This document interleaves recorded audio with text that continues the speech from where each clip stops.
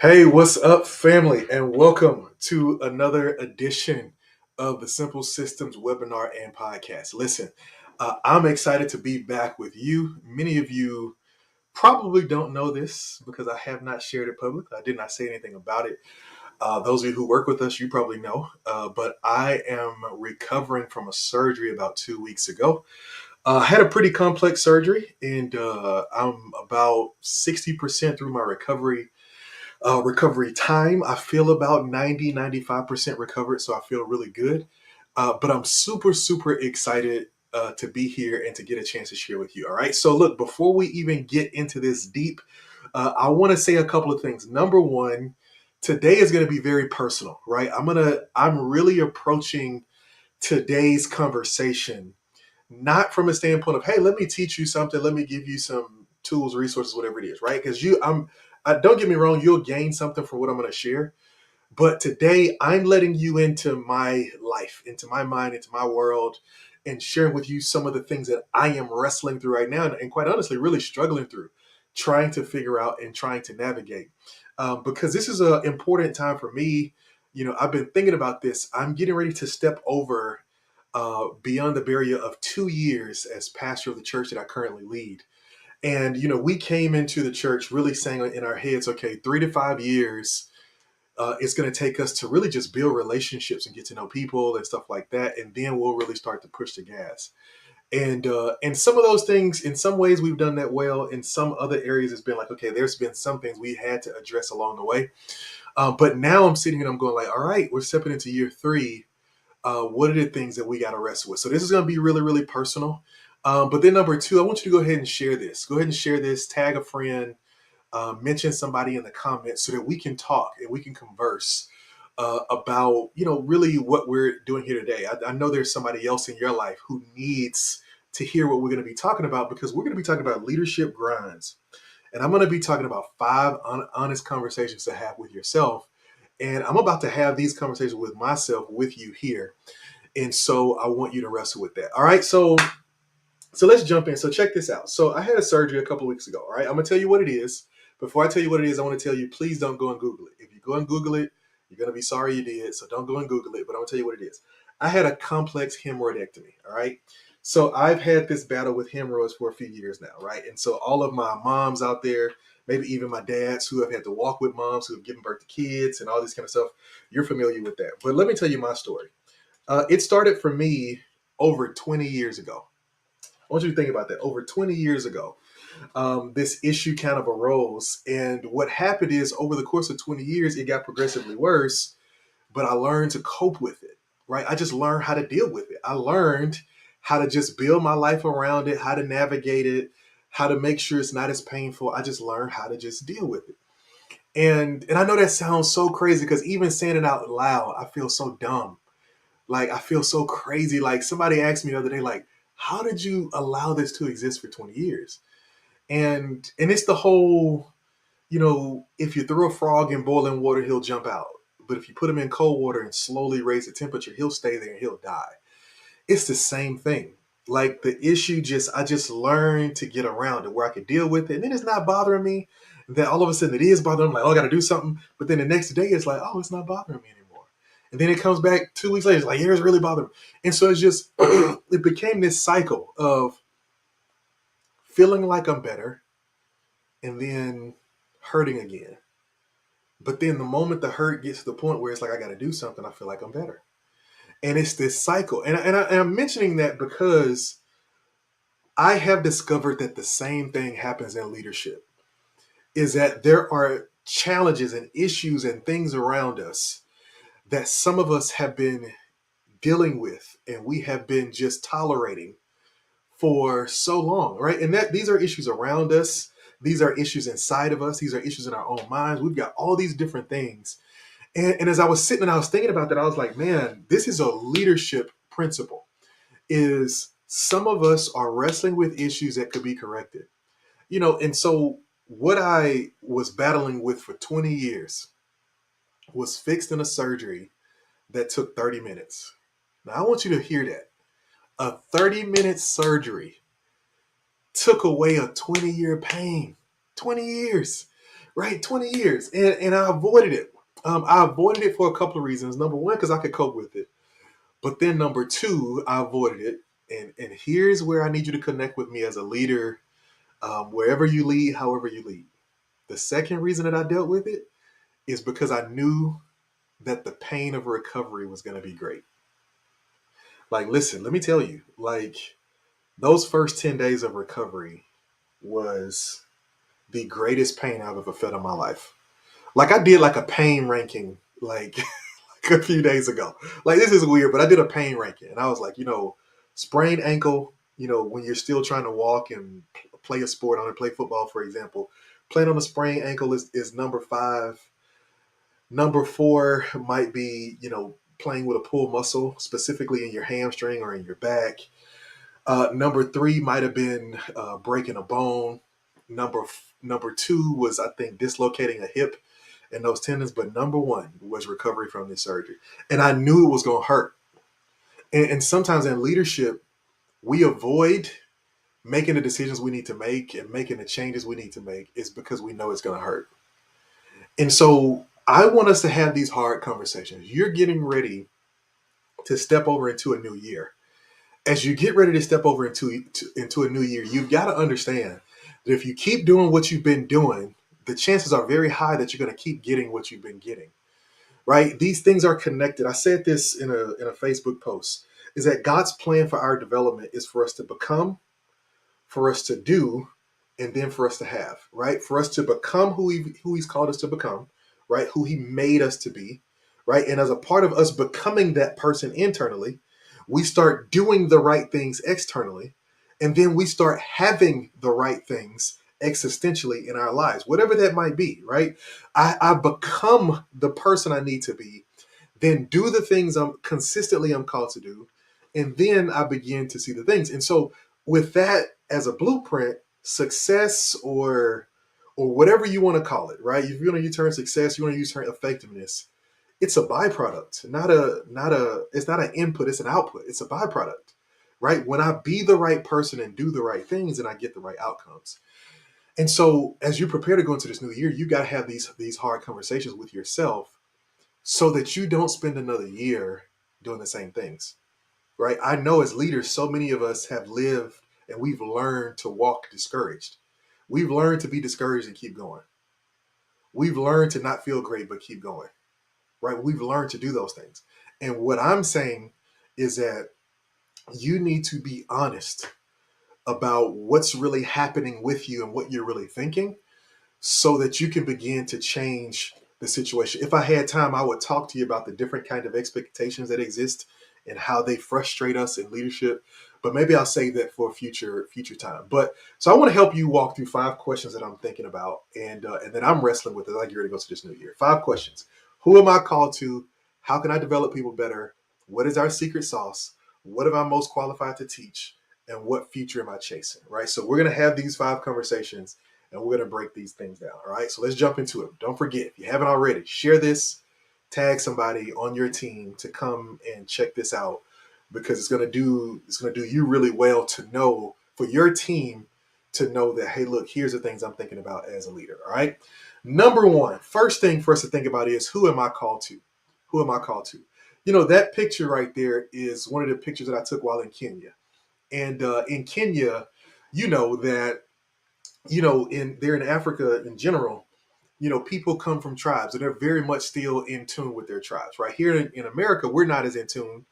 of course, because of our history and how we got to America and how families were split up and broken up and so on and so on. But they're in Kenya, they're very much in tune with who they're related to. And so they know their tribes. And so when I got there, one of the first things that a guy said to me, he started speaking Swahili. And I was like, hey, do you speak English? He's like, you don't speak Swahili? I was like, no. He's like, you're not Kenyan? I was like, no. He's like, yes, you are. You're. And he told me, he said, you're from this tribe called the Luya tribe. He said, you're Luya. He said, because the guys they're all kind of bulky and muscular guys. They mostly wear their, bald heads and beards. You're from Luya. You're Luya, right? And so I just laughed and I was like, okay, look, one of the reasons I was excited to come is to learn more about my roots, right? And so I preached at a church on that Sunday, and the guy there in the pictures from the Luya tribe. And it just did me so well. It was like, man, people are very in tune with the tribe that they come from, and they know the attributes of their tribe. They know what's in the DNA of their tribe, what they've been trained to do, what they've done for generations and generations. They're aware of those things. And so when I think about that as a leader, when I'm asking who am I called to, what I'm on a search to do is to discover my tribe, right? Who are the people who uniquely connect with me, right? And I know that, we can connect with anybody, we can connect with everybody, but I want to know the unique way that I am. Who's my tribe? Because that's important. I'm an apostolic leader.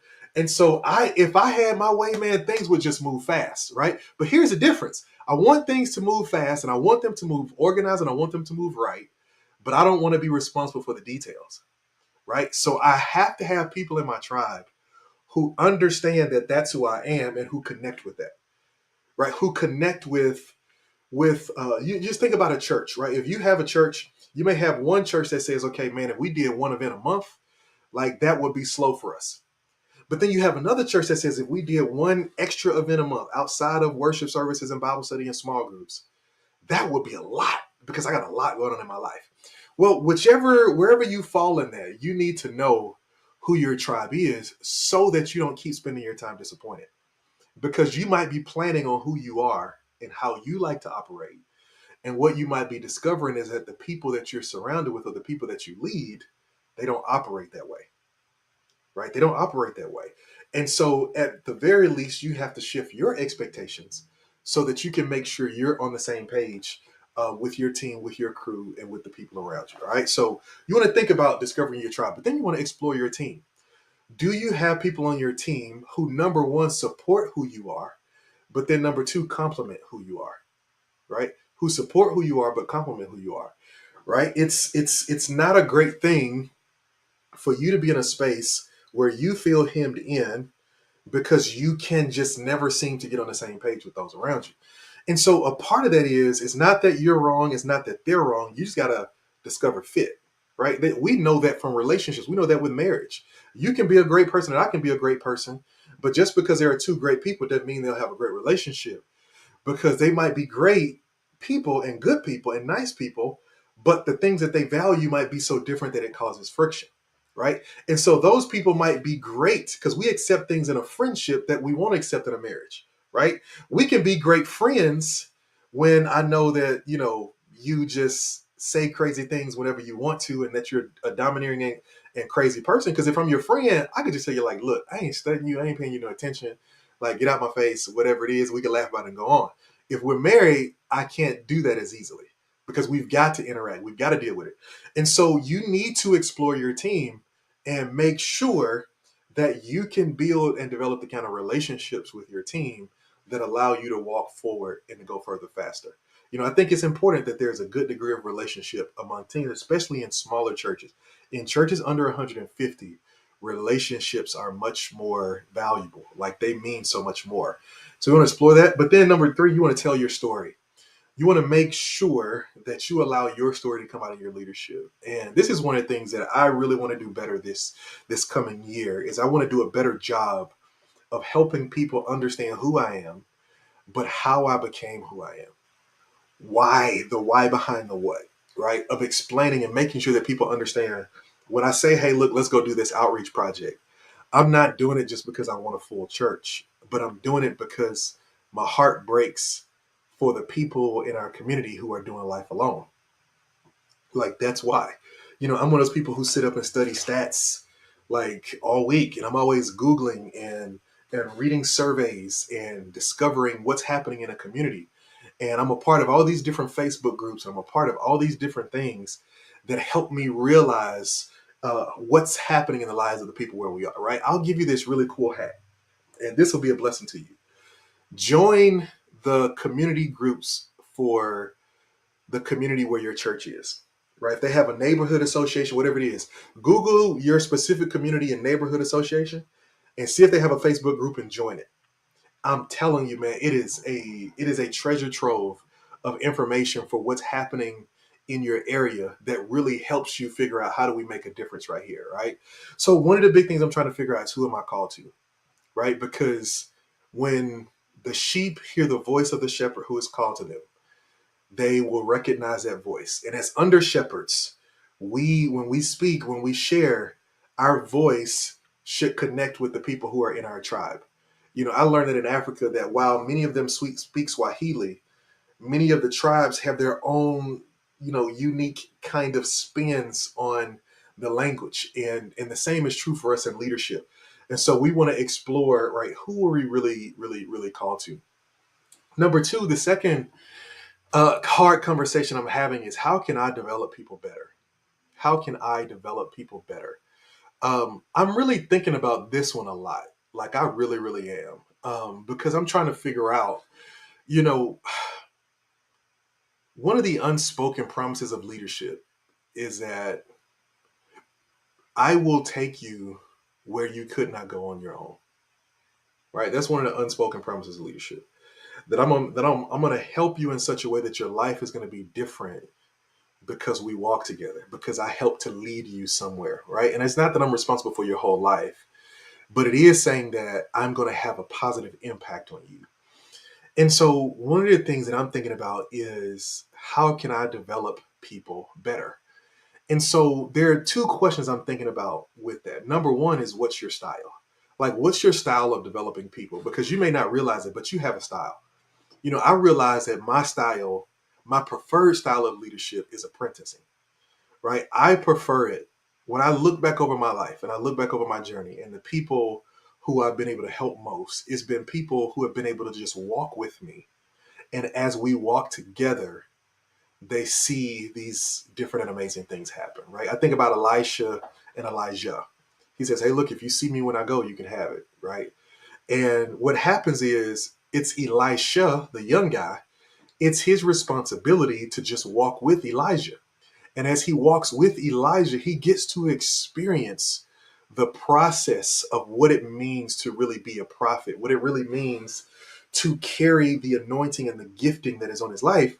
And Elisha, young guy, learned some things because when Elijah is taken, when the mentor is taken, the mentee comes back and one of the first thing he does is repeats what he sees him do, right? And so he learns that way. And so for me, it's a Elisha, Elijah, Moses, Joshua kind of thing where Joshua, you get to be with me in all these different phases. And as you walk close to Moses in all these different phases, as you learn the secret of my ministry is the fact that I spend significant time in the presence of God in the tabernacle, right?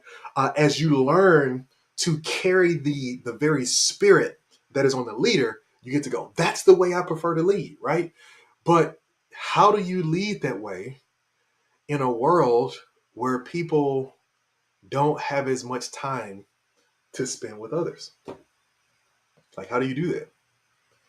How do you do that in a world where busyness is the greatest threat is a really great threat, I'll say, to our faith and to what we're called to do? Like, how do you do that? And I'm wrestling with that. I'm trying to figure out because in my heart of hearts, I'm one of those people who will load my schedule up with time with people if I know it means effective development for them, effective development for the church, and so on and so on. But how do you do that in a world where time is not as available, right? So what's your style? I'm thinking, okay, one of the things that we're getting ready to roll out in our program is that we're creating a leadership library where we're starting now. We've already started uploading videos, training people. And so we're going to be able to train people digitally, right? So we're going to have a library that's going to help people. Okay, you want to learn how to study the Bible. Here's a 6-week course on our website for how you study the Bible. Here's a 6-week course on, just some simple things you can do to be a better leader. Here's a 6-week course on preaching and teaching. Here's a 6-week course on hearing the voice of God. Here's a 8-week course on prayer. Whatever it is, I'm exploring all of those different things because I'm trying to figure out how do we develop people. And it takes me into that second question, like how much time do you have to spend on developing people? One of the things I started doing this year is I carved out a 1 hour window for, or maybe it's 30, somewhere between 30 minutes and an hour for every leader on our team. Every 2 weeks, they get a 1 hour, either face to face or Zoom call where we sit together and we just talk. And there's no preset topics for that conversation. It's really just about us as people. And then if we have time, then we talk about some things that are ministry related, but it's just committing time to talking. And so, because one of the things that I realize is I've got to be a people developer. I want to develop people. I want people to be better because we're walking together. That's the weight that I feel. It's not something I ask for. It's not something I think about. It's just something that it just seemed to arise and arrive in my life. And so here we are. And so I'm thinking about how can I develop people better? And I can do that through one-on-one time. I can do that through the systems we create. I can do that through all those different things. But how could you better develop people, right? How can you make people better? I'm going to go ahead and tell you, this is something that we're working out for our strategic guide for 2023. But one of the things that we're really focusing on is that I believe the name of the game is going to be people development. And so that takes us into this, which is what is our secret sauce? What is our secret sauce? Here's what I'm thinking about. What we know, there's a bunch of churches out there. We know there's churches everywhere. What's going to make our church unique? I've been doing this survey of history, and I've been looking at these different things that have happened over the course of history and how these different things have led to these spurts of growth within the church. I'm talking about the global church, not just any one local church, but the global church. I'm looking at all these different things. And what I'm asking myself is, what's going to be the secret sauce for growth in the next phase? Right now, please don't get super spiritual on me, because I'm not disregarding that. Right? I'm making the assumption that we already know that we've got to be gospel centered, that we've got to be preaching the truth, the gospel, that we've got to be praying, that we've got to be led of the Holy Spirit. Like all of those things I know, right? But here's the point that I'm making to you, right? All of those things are things that unbelievers don't understand, right? Those are the things that unbelievers don't understand. An unbeliever doesn't necessarily know the difference between when you're preaching the true gospel and when you're just being a motivational speaker. They don't know the difference. Now you do internally. But what I'm thinking about is I'm having this conversation from the standpoint of the people that we're called to reach, so that I can make sure that internally we're on the same page. And so what I'm asking is, what are we trying to be known for? Because I believe that the answer to that is different. And some of you, absolutely, your answer may be say, I want to be known for preaching the gospel. Some people may say, I want to be known for just reaching a lot of people, having big crowds. I want to be known for having the best worship music. I want to be known for being the best preacher. I want to be known for having the best facility. I want to be known for having the best small groups or the best Bible study. I want to be known for having the best youth program or whatever it is. Like, what are you really looking at to be known for? Because that really may reveal to you what the secret sauce is for you. Right. And so for me, there's a different target that I want to chase. And the target that I want to chase is, I want to be known for developing people. Like, that's what I want to be known for. I want to be known, and even for our church, to be known for helping people discover their gifts, grow up in their gifts, and then to live out their gifts. When I think about church, the norm for many of the churches in America has become one elevated gift out front, surrounded by potential gifts that never get used, right? And so I'll use the most common one, which is preachers. We know you only got one platform to preach from, and the larger you get, the more you feel the pressure of protecting that platform and reserving it for the most gifted teacher. So you don't have, if you're called to preach the gospel within the framework of the church, you don't have any other opportunities for people to be able to do that. And so people who could potentially be high level speakers and even could potentially become better than the main speaker never get a chance to develop in that gift, because one of the ways you get better at preaching is by preaching, right? That's one of the ways you get better, right? And I know what you're thinking. You're saying like, man, you can preach anywhere. You can preach with your life. You can go to the street corner and preach. You can go to the nursing home and preach. You can go and do all of those things. And all of those things are absolutely true, right? But what I'm thinking about in this conversation is I want our church to be a church that when somebody thinks to themselves, I am a, a pastor, I'm a natural shepherd, I want to care for people. That is a church that if I go there, they'll help me become a better shepherd. I'm a prophetic leader. I want to be clear about being in tune with the voice of God so that I can help be a voice of God to the world. If I go to that church, they're going to help me develop as a prophetic gift and give me space to practice being prophetic in what we do, right? That's what I'm thinking about.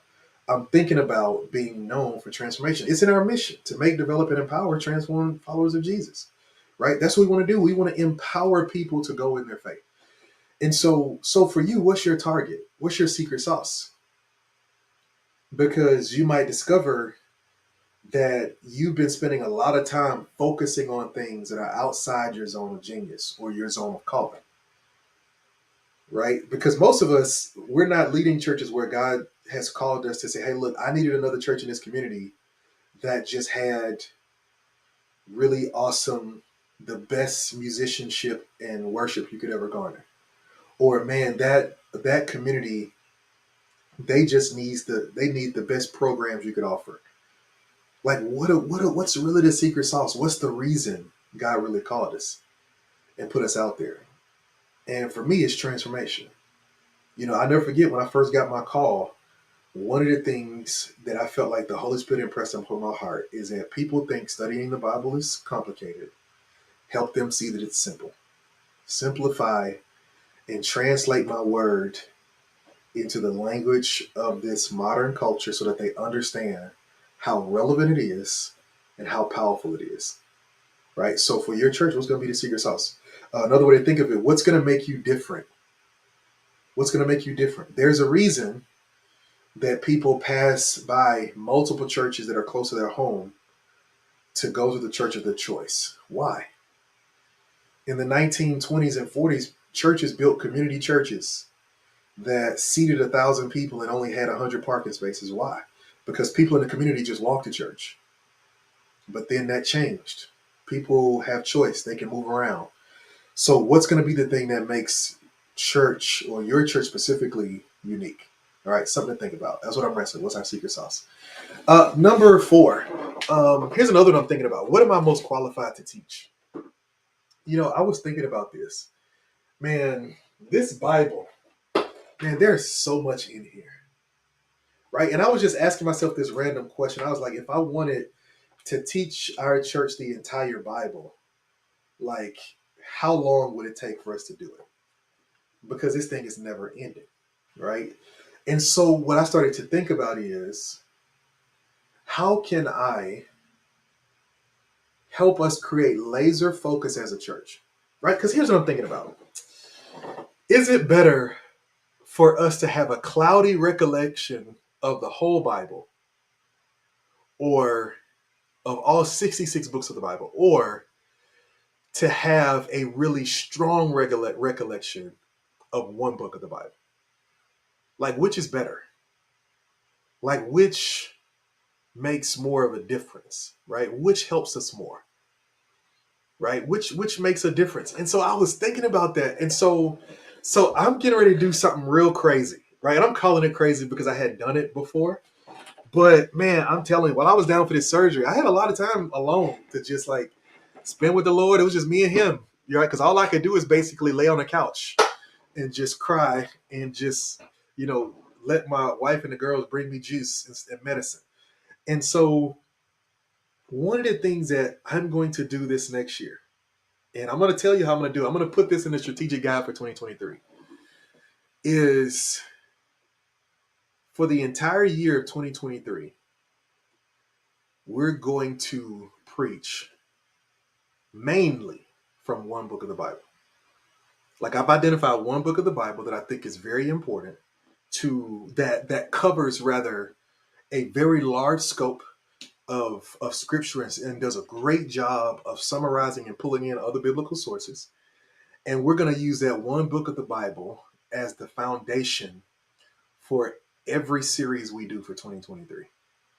That one book of the Bible, right? And I'm not going to like work through it in order from front to back, but every topic we cover is going to help us navigate through that one book of the Bible.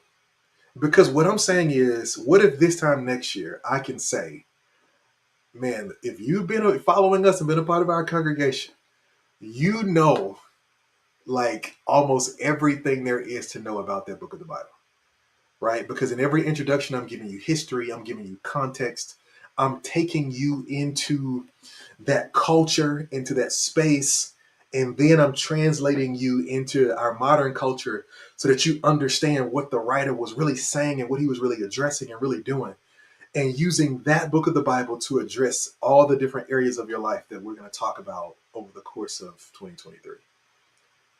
Because one of the big problems we see is that modern Christians in large, not everybody, but largely are just biblically illiterate. They don't know their Bibles. They don't know. And so as a result, they're not as equipped as they could be or should be to deal with the issues that are happening in and around their lives. And so we want to address that. And so the question I'm asking is, which books of the Bible do I lean towards most? You know, there are just certain people in scripture that I have always been drawn to, right? To them, it's just when I read them, I just get it. Moses is one, Joshua is one, Paul is another, of course, Jesus, uh, Peter is another. Like I've just always been drawn to those people, right?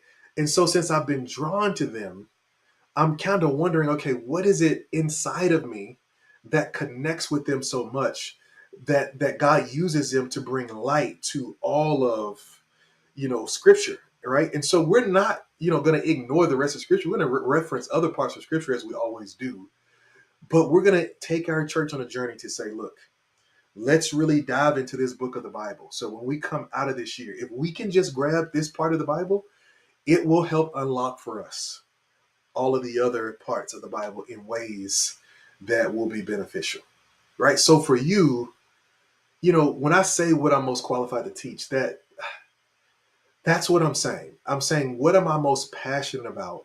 Which books of the Bible has God given me such a wealth of understanding of, whether it be from experience, from study, whatever it is, from passion, that I can capitalize on that by going to the strong suits. But and here's another reason I think about this. I realize that the sermons I preach that are in my heart are always better than the sermons that are on my mind. The sermons in my heart are always better than the sermons on my mind. Because if it's in my heart, then the Holy Spirit just has a way of pulling on all these connecting points to make everything come together for a cohesive unit. All right. So that's what I'm thinking about. That's what I'm wrestling with. All right. Last thing is, and this is important, and we'll spend our last few minutes here. What future am I chasing? Pastor, leader, hear me. This is vitally important for you to know. You need to know the future that you're chasing. Um, Again, I've shared over and over again the stats on the number of pastors and church leaders who are quitting or resigning or retiring or moving to different industries and all these kinds of things. Right? We've talked about that over and over again. What I'm saying to you, I think a part of what that is that I don't think we're doing a good enough job of measuring progress.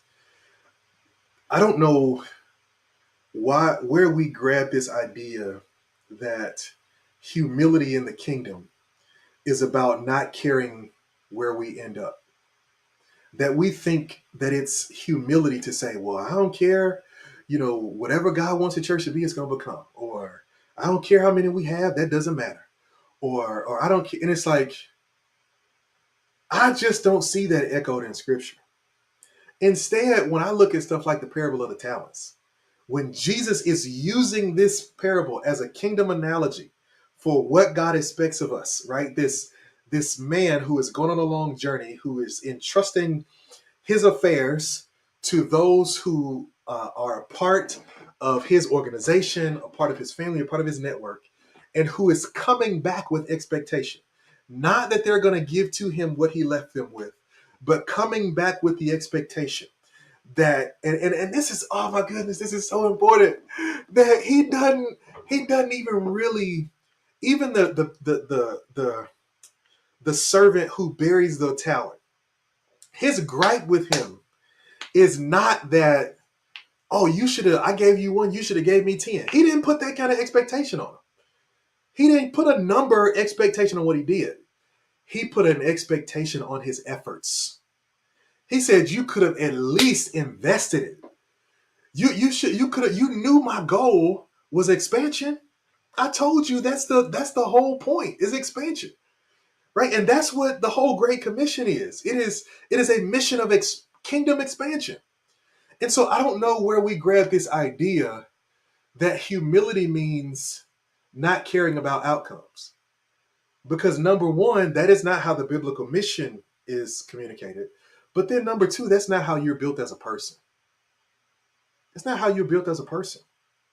You don't go to a job interview and say, oh, well, I don't even care how much y'all pay me. I just want to do the job.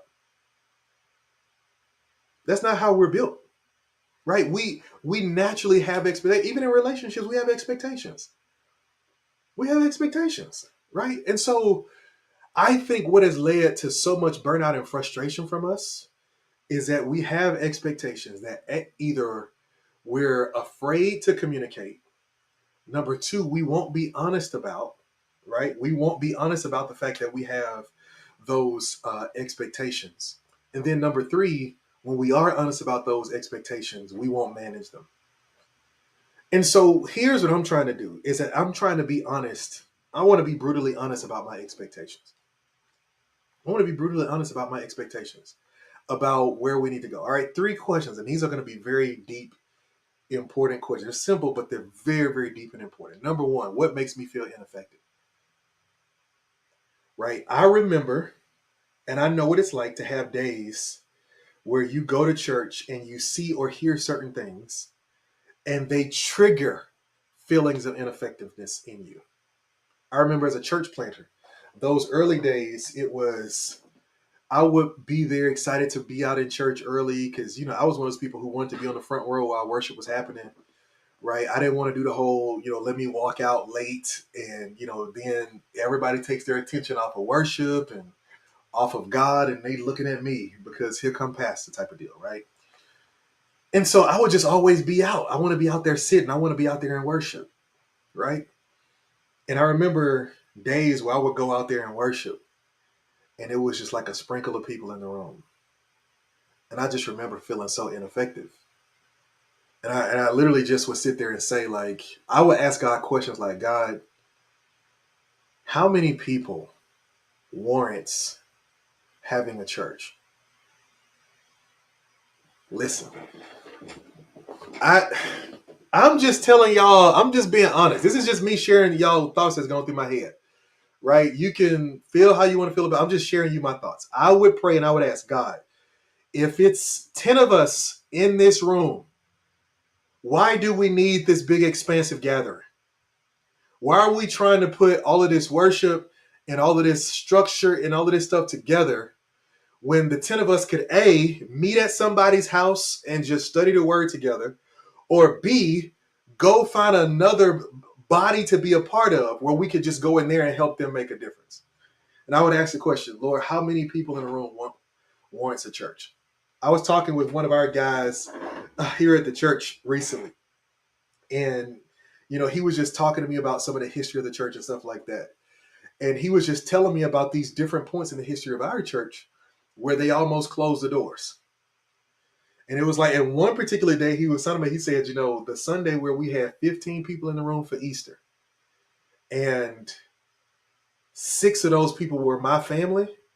So that meant it was only 9 other people, in the room outside of our family. He wasn't a pastor, and he was an elder.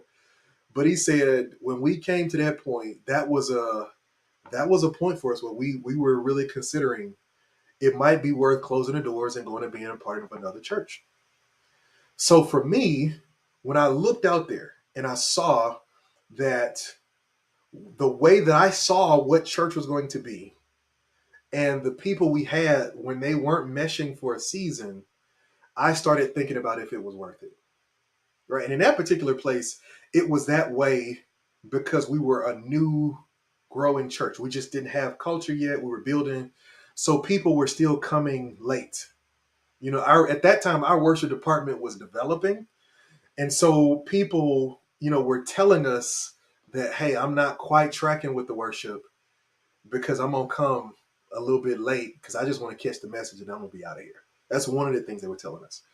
Right. So here's what you got to ask. What makes you feel ineffective? I remember feeling ineffective when I kept seeing personal issues in our leadership, where I noticed that the people who were in leadership were not growing in how they made wise decisions. Right. And again, at that time, our church was so young, and the people that were leaders, they were basically new converts who were just willing to help. Right. So having that conversation helped me clarify that. Right. Because sometimes you're going to ask that question and you're not going to look at your church and go, well, this is what's wrong. You're going to look at yourself and going, this is how I'm seeing this wrong, which is why you need to have this conversation. Number 2 is, when do I feel most effective? Like, when do I feel like, okay, we're really making some strides, right? Yeah. New people are a part of that. When I see new people, that lets me know we're making some strides, right? That's a part of seeing the future really, really come alive. Right. Another thing is seeing new leaders and volunteers develop feels effective. Right. Another thing, and this is a really simple one, but this is a big one for me. When people care about who I am as a person, I feel effective. This is a disease we don't talk a lot about in the church as pastors. Is that, let's say hypothetically you have a congregation of 100. In many situations, you're responsible for checking in on that 100 when they have stuff going on. And when stuff happens in your life, you might be lucky if 5 check on you. And so for me, when people care about me as a person, I feel effective. It just is. It's a pattern I've seen in my life. I care less about the existential numbers when the internal stuff is strong and tight. And so one of the times that I feel most effective is when people are just saying like, hey, Pastor, how are things going in your life? Or, hey, Pastor, how can I pray for you? How can I check on you? So and so. Like, that's important because that's who I try to be for people. And again, I don't stretch myself thin by trying to be there for everybody. I do try to create a structure where if you're in a small group, you've got people in your small group who are checking on you constantly. If you're in a ministry, you've got people in your ministry who are checking on you constantly. You've got those things happening, right? And so I do try to do it that way, but that's one of the things that helps me feel most effective, right? Here's the last question. What do I need to see in the next 12 months? This is another one of those big questions. And I'm telling you, I'm pulling this directly from my conversation with y'all. So pastors, I'm talking to y'all, leaders, bishops, apostles, network, denomination leaders. I'm talking to you because these are the things that I keep hearing when I'm talking to leaders in these breakthrough sessions. Is that I'm asking you like, okay, what needs to happen? Because many leaders are telling me like, man, let me tell you one of the most frequent things I hear is really when I ask pastor, what made you reach out? Why do you want to talk? Well, you know what the primary thing that many of them are saying to me? This is pastors of smaller churches, under 150 mostly. They're saying, I want to put systems in place to get our church strong so I can pass it off to the next person. Because I'm tired. I'm done. I really just want to leave, but because I feel ineffective and I don't feel like it's working and it's going well. And I feel like, where we were, the highs that we had have now come down. I don't know how to get it back up. And so what I'm trying to do is make a last ditch effort to get momentum up and to get structure and organization in place so I don't pass a mess to whoever comes in next. Now that's the 1000% truth. And so this is why I want you to answer this question. What do you need to see in the next 12 months to encourage you to know that God is still working through you in the ministry? That's a real question. What do you need to see in the next 12 months? What do you need to see? What do you need to see? What needs to happen? All right, I'm gonna tell you a real story. I'm gonna close out. I was working with a pastor, and he came in with this exact same question. Like, I gotta pass this off to somebody else. And I said, man, listen. I said, you got all the framework is there. You got a solid group of people around you. They need some more direction, instruction, whatever it is. You need to put some systems in place so you don't have to. You're working harder than you have to, simply because you're not organized the way you need to be. So, if you do that, I said, man, I really think you could turn the corner. And so we started working together.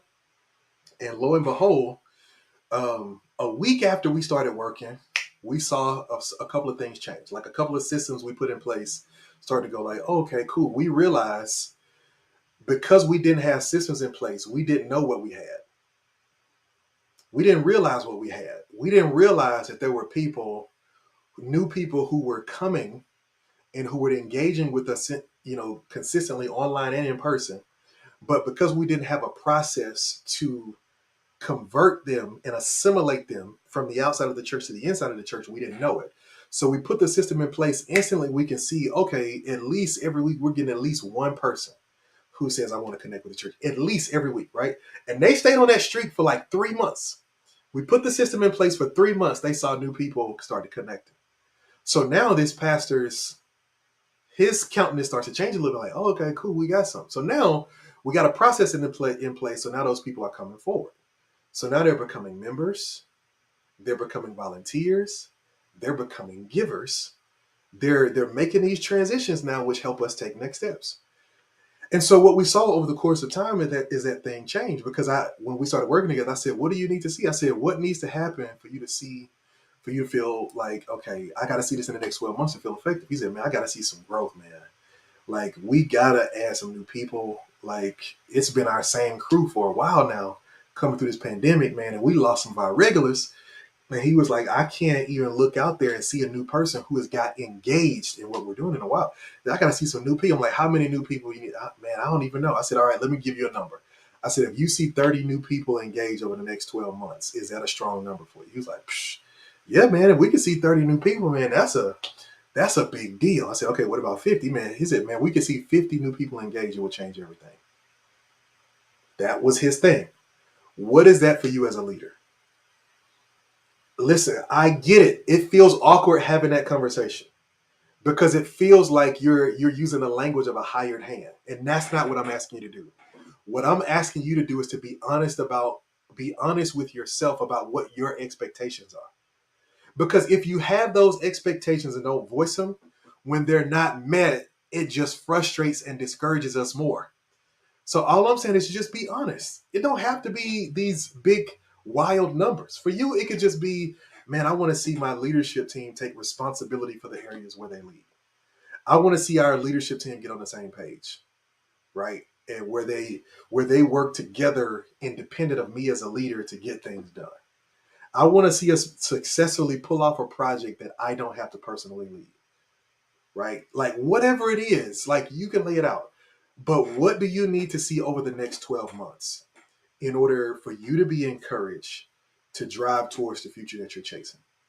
I want you to be encouraged. And that's why I'm having this hard conversation with myself. I'm saying, what do I need to see? What do I need to see, right? And so for me, I'm thinking about culture things. I'm thinking about as I step into my third year as a pastor of a church, then I'm thinking about, okay, what are those things that are in the vision that God has given me that need to start to rise to the visible level of the culture, so that I realize that I can fully be who I'm called to be as I lead our church forward, and who we're called to be. So you got to identify that for you. All right. So listen, I want to give you this opportunity. You need somebody to help you think through this. I want to give you a chance to book your free breakthrough session. All right. Here's what we do. We do these free breakthrough sessions with pastors. My promise to you is that I'm going to give you real actionable feedback. Specifically, I'm going to give you three things that you can do immediately, that you can take back to your team and that you can go and put into place to help you start taking some next steps. All right. And that could be different things. It's different for everyone. I don't have a list of three things that I give everybody. After we have a conversation, I ask you questions, then I start talking to you about it, and they're custom to you. All right. I'm going to give you a free, if it's relevant to you, I'll give you free resources to help you. So I'll give you websites, I'll give you tools, I'll give you all these different things. That's okay. Look here, go look at this website, type this in. This is going to help you do what you need to do to go forward. And it's a 45-minute session. All right. That 45-minute session is completely free to you.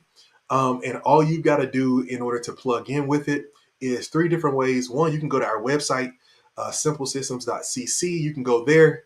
On our website, you will see a link where you can plug into that. You can email me at henry@simplesystems.cc, and I'll personally walk you through it. Or you can call and text me at the number on the screen, and I can help you do it there. Again, my ultimate goal is really just to help you take the next steps, because I believe in the future of the church. And so I'm going to help you take the next steps you need to take so that you can get from where you are to where God has called you to be. All right. Listen, I know that this has been a blessing to you. I want to encourage you. Have the hard conversations. All right. If you're watching this in real time, you're watching us live. We're getting ready for the Kingdom Clarity Retreat, where we are getting ready to go away with some of our partners, our clients in our church systems bootcamp program. And we're going to spend a week with them putting together their customized strategic plan for 2023. Once that plan is done and complete, we'll make it available for you.